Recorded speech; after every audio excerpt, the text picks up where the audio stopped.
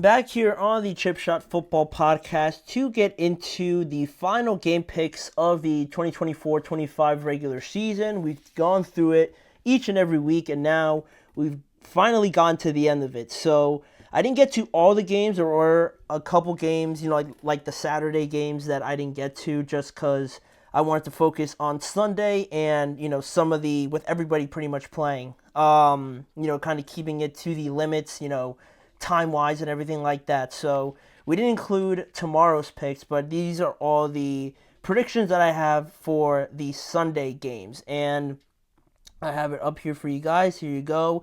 This is part one, and then obviously we're going to get to part two after this segment. But starting with the Sunday slate, the Chicago Bears at the Green Bay Packers. The Packers are trying to avoid being the number 7 seed and playing in Philadelphia, basically, right? For a game that you might think, like the Bears and Packers, what does it matter if the Vikings and the Lions are going to win the division? It matters because you're the Packers and you don't want to go to Philly with all their starters being on rest and playing on the road in Philadelphia especially. So that is something that the Packers are going to try to avoid. A win would lock them into the number 6 seed if also Washington were to lose as well. So they do need a little bit of help, but they are obviously favored in this matchup. And, going up against a Chicago team that has really just stuttered to the finish here because their offense only put up 3 points at home last week, and their defense played pretty well. They only held Seattle to 6 points, but even still, they somehow lost that game. And even though the game was close between them the first time around, this time it's going to be in Green Bay.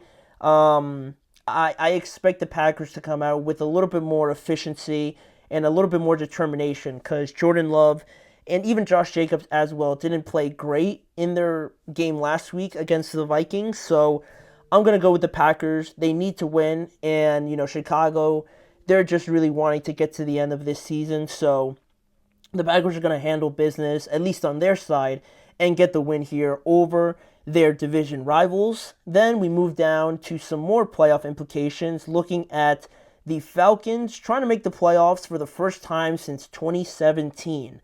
The loss last week to the Commanders means that the Falcons need the Saints to beat the Buccaneers in Tampa, and the Falcons obviously need to win for them to win the division and get into the playoffs. They no longer can get into the playoffs as a wild card team, so they either win the division or they're eliminated. So it's unfortunate because their future was in their hands. If they would have beat the Commanders and if they would have, beaten the Panthers, right, they would have won the division and they'd be in, regardless of the Bucs and Saints game, right? But now, because they lost that one in overtime, they need a little bit of help here. And, they are playing the Panthers, who are in a tough spot now because the Panthers have kind of lost a little bit of that steam that we saw from them going up against the Buccaneers the first time around, the Eagles as well. A couple games where you thought, hey, this, even the Kansas City Chiefs too,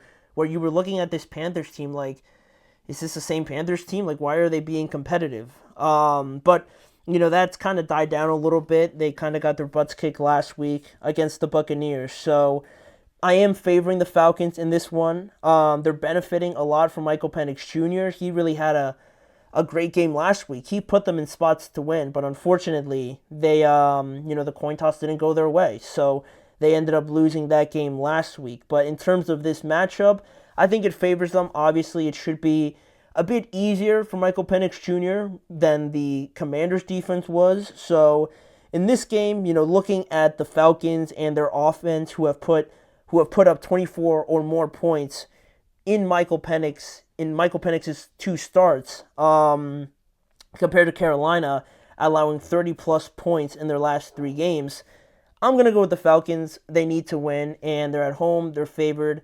They're playing a lot better. So, Fat Albert, what's going on? Welcome to the show. But yeah, I'm going to go with the Falcons. If you didn't hear me say that before. Then moving on to our next game here on the left side. Looking at the Saints and the Buccaneers. Another game in the NFC South. Simply for the Buccaneers, they just need to win. And they're probably going to win. They're going to win this game, I believe, because the Saints have only scored 10 points in their last two games. That includes a 34-0 loss to the Green Bay Packers on the road as well.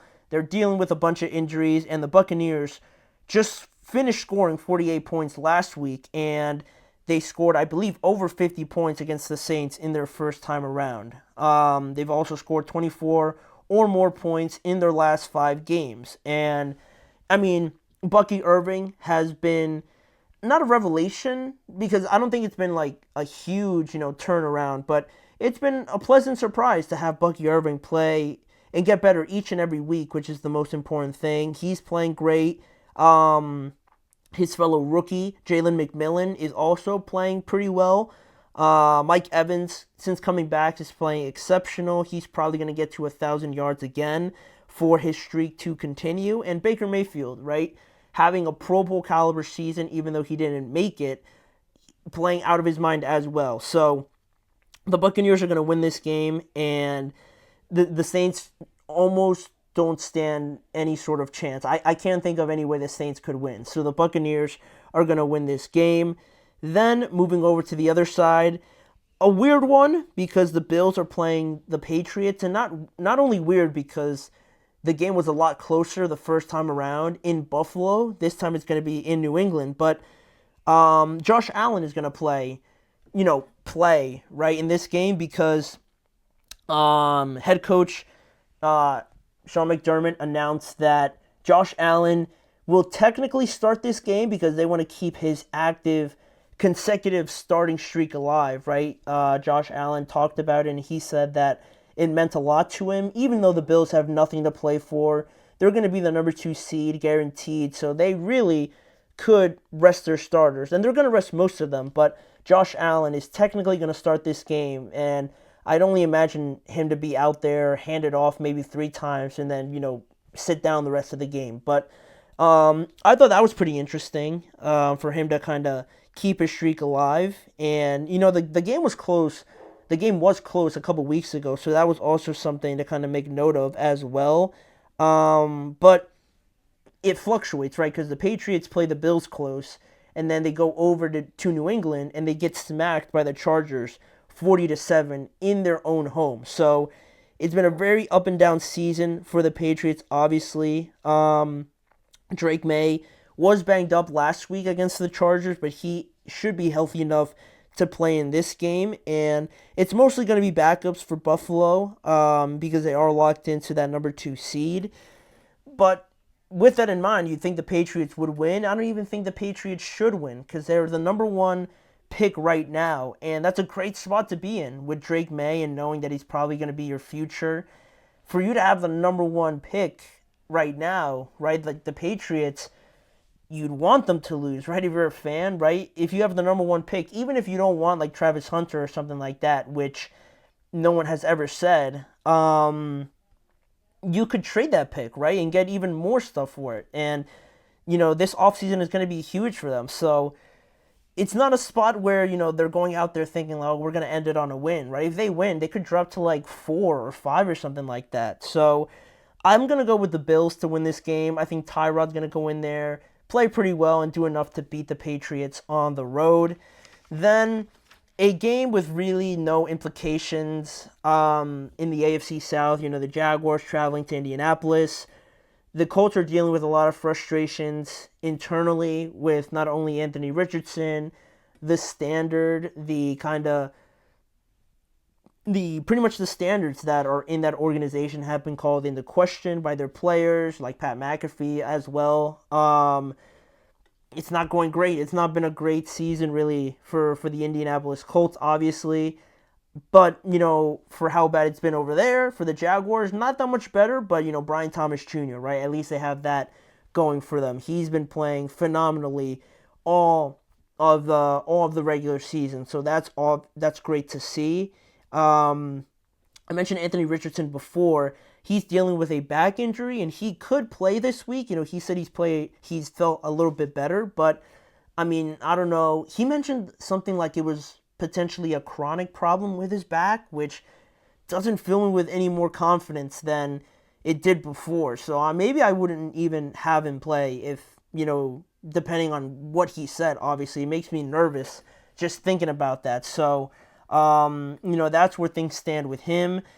I mean, the last time these two teams met, it was a 71-point contest between the both of them. But Indianapolis has given up 30-plus points the last 3 weeks, so it's kind of inching towards another one of those high-scoring games. And, last week it was an ugly loss to the Giants, which just kind of epitomizes this season for the Colts. So I feel like they're going to bounce back in this game. They have too many weapons to not bounce back, right? Brian Thomas is great, but, they got Jonathan Taylor, Michael Pittman, Alec Pierce, Josh Downs, all are capable players. So I think the Colts are just going to basically just out-talent the Jaguars in this game. They should have enough to win. And then the last game, this game could have been a lot more exciting if, the Cowboys had a different season. But, the first game was insane, if you guys remember that one, with the back and forth. And the last couple minutes of that game were, ridiculous. It made no sense in that game. The Commanders are still trying to play for something in this week, while the Cowboys, have everybody injured. And again, they're just trying to have this season end. There's no CD, no Dak, obviously. Everybody's pretty much injured. And, last week they just got smacked around by Kenny Pickett and the Eagles' third-string quarterback as well.